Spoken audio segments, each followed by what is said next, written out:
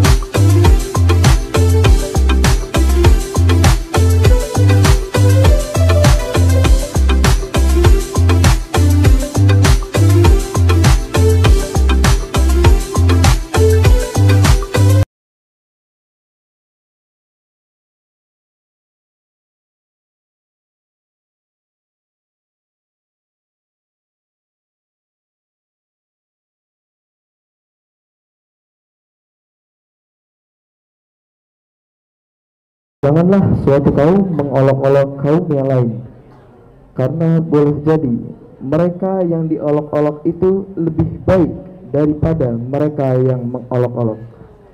Dan jangan pula perempuan-perempuan mengolok-olok perempuan yang lain, karena boleh jadi perempuan yang diolok-olok itu lebih baik daripada perempuan yang mengolok-olok. Janganlah kamu saling mencela dan saling memanggil dengan julukan yang buruk. Seburuk-buruk panggilan adalah panggilan fasik setelah beriman. Siapa yang tidak bertaubat, mereka itulah orang-orang yang zalim. Wahai orang-orang yang beriman, jauhilah banyak prasangka. Sesungguhnya sebagian prasangka. Bapak bangga ya, kalian tidak bersedih hati ketika orang lain harus beristirahat, libur. Tapi sekolah-sekolah keren gak ada yang libur kok. Ya, sekolah-sekolah yang keren gak ada yang libur. Ya, semua menyiapkan waktunya untuk menyiapkan diri. Dari anak-anak sekalian, dari dulu yang kita akan bahas pada hari ini, simak baik-baik. Ya, kita ingin punya sekolah yang nyaman, menyenangkan, tanpa ada yang saling melukai. Kita keluarga besar, penuh dengan kasih sayang. Adik kelas kita sayangi supaya mereka menghormati kita. Satu, kebahagiaan itu adalah kunci untuk kita meraih sukses. Karena kalau kita bahagia, belajarnya nyaman. Anak-anakku semua yang cerdas, soleh-soleha.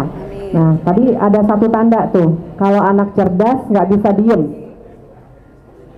Ya, betul ya. Tapi tidak bisa diemnya aktif yang bermanfaat. Ayo, kalian sudah kelas 9, ya. Tidak perlu diingatkan lagi, nanti ketika pembicara sudah di depan, harap didengarkan dengan baik. Ya. Oke? Semangat ya? Kurang semangat. Semangat? Oke. Nah, ini anggap aja kita sedang kalau anak SMA tuh visit kampus. Kalau ini apa, Pak? Visit school. Ya, udah jalan-jalan ke SMA. Siapa yang mau masuk SMA 4 Al-Azhar? Kok nggak ada yang angkat tangan, Pak? Siapa yang mau masuk SMA 4? Sejahtera untuk kita semua. Senang sekali berada di tengah adik-adik semua. Dan terima kasih ya Bu Yeni dan seluruh jajaran atas undangan ini. Adik-adik sekalian ya, ini tema yang ternyata bukan hal yang asing ya. Jadi tadi MC-nya juga mengutip beberapa kasus yang terkini terjadi ya.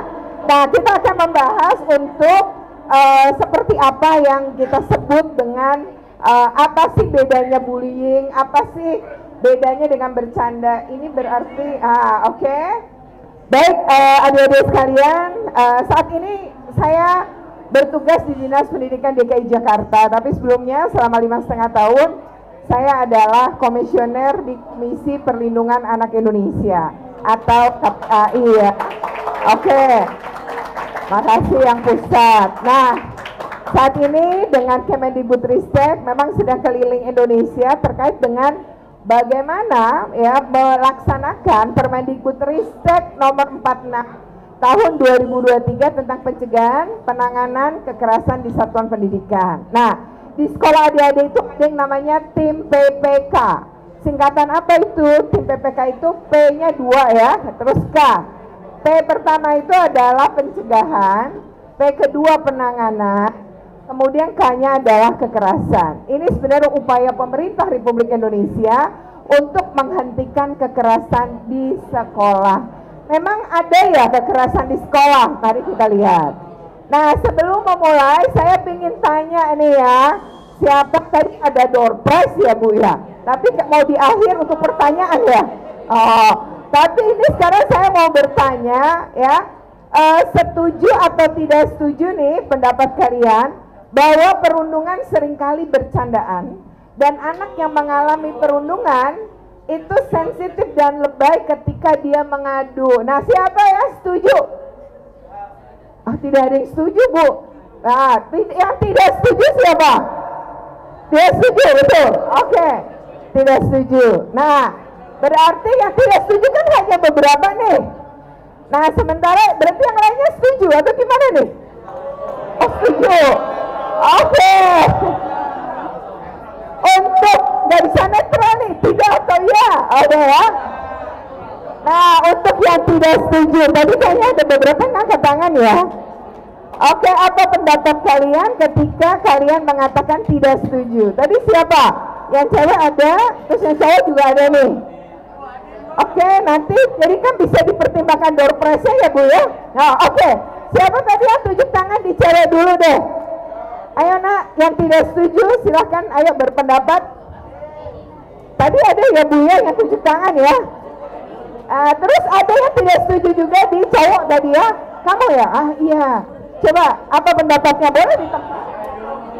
Cewek dulu. Tadi cewek siapa? Kamu kayaknya ya. Tadi kamu tunjuk tangan kan? Betul nggak? Oh ya. Oke, kita dengarkan dulu.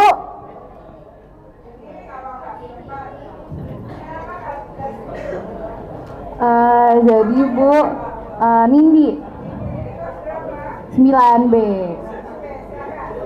Jadi aku nggak setuju nih tentang hal ini karena sebenarnya kan hal seperti ini tentang perasaan tuh subjektif ya. Tapi semua orang tuh, gak semua orang bakal ngerasa itu cuma bercandaan.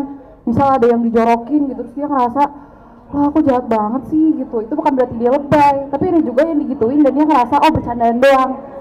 Iya, bisa sakiti juga. Jadi baiknya aja kita nggak ngelakuin sih daripada beresiko bikin orang lain sakit hati gitu.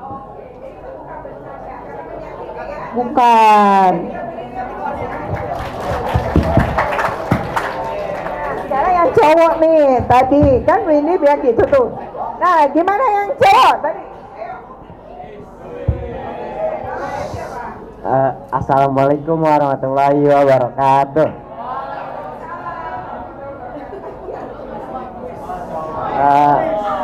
Perkenalkan, saya Irsyad Rangga Gus Warman, bisa dipanggil Adin dari kelas 9B Bu. Nah,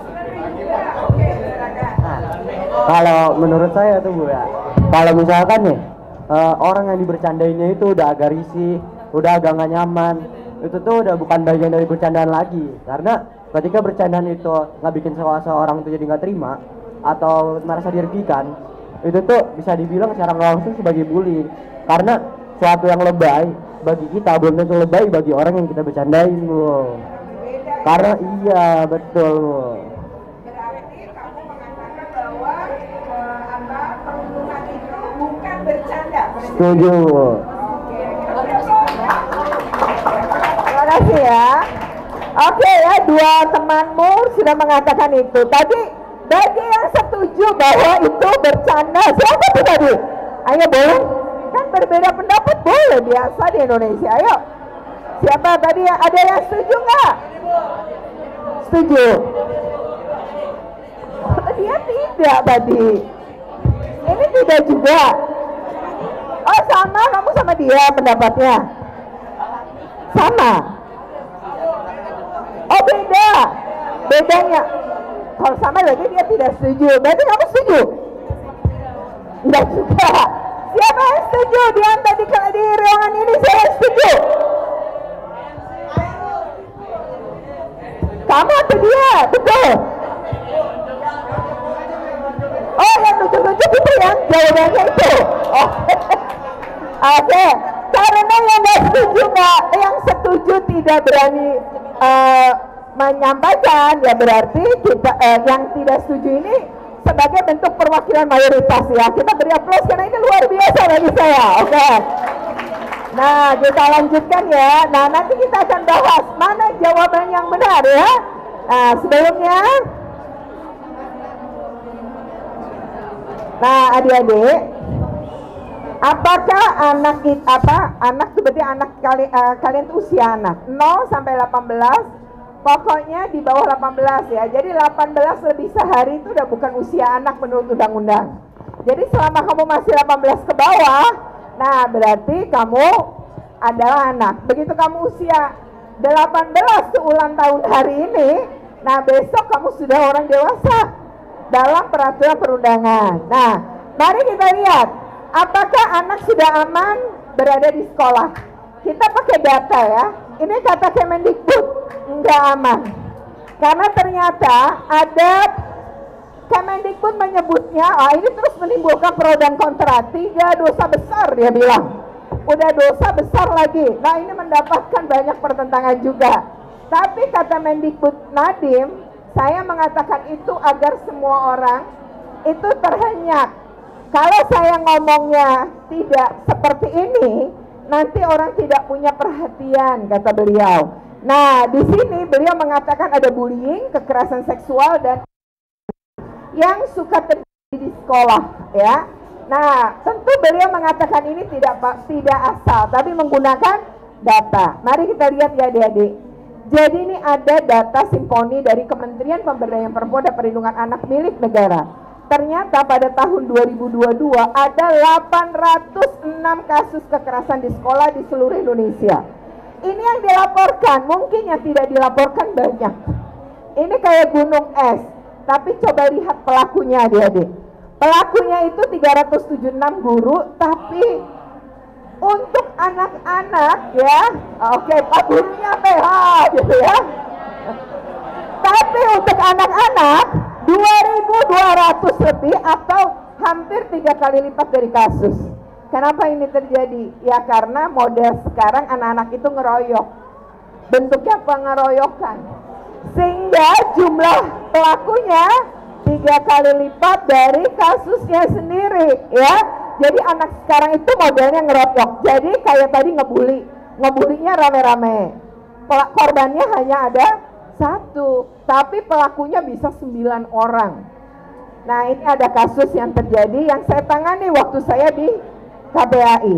Kasusnya itu terjadi di Kota Mobagu, itu di Sulawesi Utara. Ini cukup mengenaskan karena peristiwanya terjadi di dalam masjid. Jadi berawal dari bully yang dilakukan korban dengan anak pelaku. Jadi 1 lawan 1 dulu. Tapi di media sosial, kan kalian semua pasti punya Instagram ya? Oh enggak. Nah ini kebetulan ributnya di Instagram. Lalu si anak pelaku ini, dia mengajak teman-temannya yang lain untuk membalas dendam kepada anak korban. Jadi peristiwanya kebetulan masjid itu di belakang sekolah. Jadi pas saya datang, masjid itu emang di belakang dan tanpa CCTV. Peristiwanya dilihat oleh beberapa anak tapi nggak ada yang berani ngelapor. Pada saat itu si korban baru selesai berwudu. Lalu dia masuk ke dalam masjid dan dia nggak tahu kalau di dalam dia sudah ditunggu oleh 9 orang. 9 anak ini langsung menangkap dia, ngebanting dia, lalu ditutup kepalanya itu pakai sajadah. Setelah itu tuh anak ini ditendang beramai-ramai pada bagian punggung dan perut oleh 9 anak secara bertubi-tubi. Setelah itu pulangnya, dia ini bilang ke ibunya, kok perut saya sakit dan tadi saya ke toilet keluar darah. Lalu ibunya tanya, ada apa sebelumnya? Lalu dia cerita apa yang terjadi. Dia juga menyebut beberapa nama, walaupun ibunya nggak begitu ingat, tapi ibunya ingat nama anak itu karena si korban ini nunjukin media sosial. Jadi ibunya teringat dengan persis nama anak pelaku yang pertama. Singkat cerita, ibunya nih ngerasa kalau udah keluar darah berarti bahaya. Dia telepon ayahnya bilang, kita jangan di Kota Mobagu, kita ke Manado. Jadi pesan ambulan, lalu mereka membawa anaknya ke Manado. Sampai di Manado, itu mereka cari memang rumah sakit yang paling lengkap di kota itu. Selesai diperiksa, dokter internnya bilang, Pak, ini usus besarnya pecah di beberapa tempat. Jadi tidak bisa ada, kenapa ngeluarin darah? Dan darah ini tidak bisa dihentikan kalau kita tidak operasi segera. Jadi harus dioperasi nih korban. Korban pun mengalami operasi dan saking banyaknya usus itu yang pecah, sehingga ketika nyambungin itu akhirnya udah nggak mampu lagi. Usus besar kan kayak spiral ya, nah ya. Kalau ditendang bagian itu kan berarti putus pecah di beberapa lokasi kan. Nah, ketika disambungkan, dijadikan operasinya otomatis bagian yang pecah itu kan harus dipotong, menyambung. Nah, operasinya saja menurut ibunya 8 jam.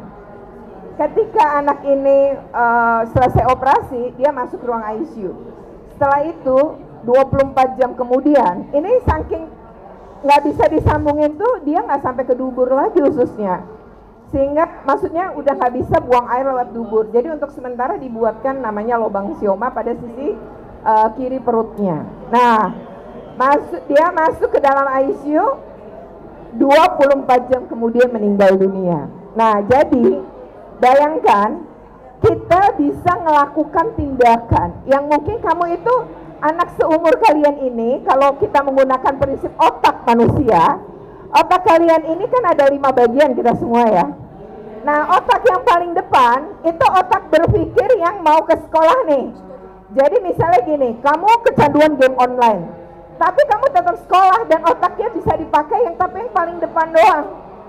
4 otak yang lain tuh bisa mati, nggak kepake. Nah, sementara seumur kamu nih sampai nanti kamu umur 18, otak kamu tuh terus berkembang. Nah, otak yang terakhir berkembang itu sebenarnya adalah otak yang berpikir, menganalisis. Nah, tapi otak duluan yang berkembang di kamu itu perasaan. Jadi otak ini kan ada kompromi, kamu itu bisa diajak bicara, oke, mama nggak sekarang nih bisa beliin, tapi itu kan namanya kompromi. Nah, otak bagian itu atau perasaan, kamu peduli sama orang lain, kamu kasihan, kamu jatuh cinta, itu tuh otak yang lain lagi. Nah, otak-otak ini nih yang paling lama itu tuh justru otak yang beranalisis, yang berpikir di depan. Nah, kamu proses berkembangnya otak ini, maka dari anak kecil itu pakai perasaan kan. Misalnya gini, kalau anak TK itu pasti kata mama papa. Jadi dia suka gini, kata mamaku, kata papaku, kalau kamu pasti punya adik, dia akan ngomong gitu. Tapi begitu dia masuk SD, mama papanya nggak laku, yang laku gurunya. Kata guruku gitu kan. Tapi begitu memasuki usia kamu sekarang nih, SMP, kamu tuh apa kata teman? Karena memang kamu tuh pakai perasaan, orang tuamu pakai pikiran, makanya nggak nyambung kan? Sering berantem kalau ngomong, karena kamu pakai perasaan. Jadi kamu lebih merasa cocok dengan teman-temanmu kan? Nah, itu perkembangan manusia. Nah, adik-adik, ketika kamu melakukan tindakan yang sebenarnya membahayakan, ya karena kamu belum dewasa. Ya, Mahfud, ini. Otak kamu yang berpikir dan menganalisa bahwa ini nggak boleh, bahwa itu bahaya, itu belum matang. Jadi oleh karena itu kamu nggak bisa bertindak sendiri karena membahayakan, kamu belum dewasa. Paham ya? Sampai sini ya. Nah, jadi kasus-kasus yang bahkan merenggut nyawa tadi kata MC-nya itu banyak terjadi di sekolah. Yang saya ceritakan adalah bagian tertentu. Nah, adik-adik, sekarang kita mau lihat apakah kok jadi mundur. Nah, ada survei yang dilakukan negara kita. Surveinya tahun 2021. Ini pengalaman hidup anak. Di dalam survei ini, ya, pengalaman hidup anak ini, ada yang kita sebut dengan ya anak ini tuh mengalami kekerasan. Solusi apa yang bisa masalah kayak solusi buat masalah ini? Karena saya takutnya nih, ya kan orang-orang bilang generasi emas 2045. Tapi gimana kalau anak-anaknya malah cemas kayak gini? Anak-anaknya malah kecanduan pornografi, kecanduan game online dan lain sebagainya. Ya takutnya malah jadi generasi cemas, bukan generasi emas. Terima kasih, Bang. Diri sendiri, tapi ada faktor pengasuhan dan ada faktor lingkungan sekolah yang mempengaruhi. Pertama, kalian mungkin ayah bundanya kerja, tidak ada teman, apalagi kalau anak tunggal, misalnya nggak punya teman atau kemudian mencari pelampiasan dari kesepian kan sebenarnya main game, gitu kan? Jadi main game ini kan bentuk pelarian. Oke ya, demikian ya kegiatan ini yang dilaksanakan atau diikuti oleh siswa-siswi kelas 9 SMP Al-Azhar Bekasi. Oke, demikian, semoga bermanfaat. Jika bermanfaat jangan lupa untuk di like, share, comment, and subscribe. Bagi yang belum subscribe, segera subscribe untuk terus terupdate dengan video pendidikan anak dan kuliah.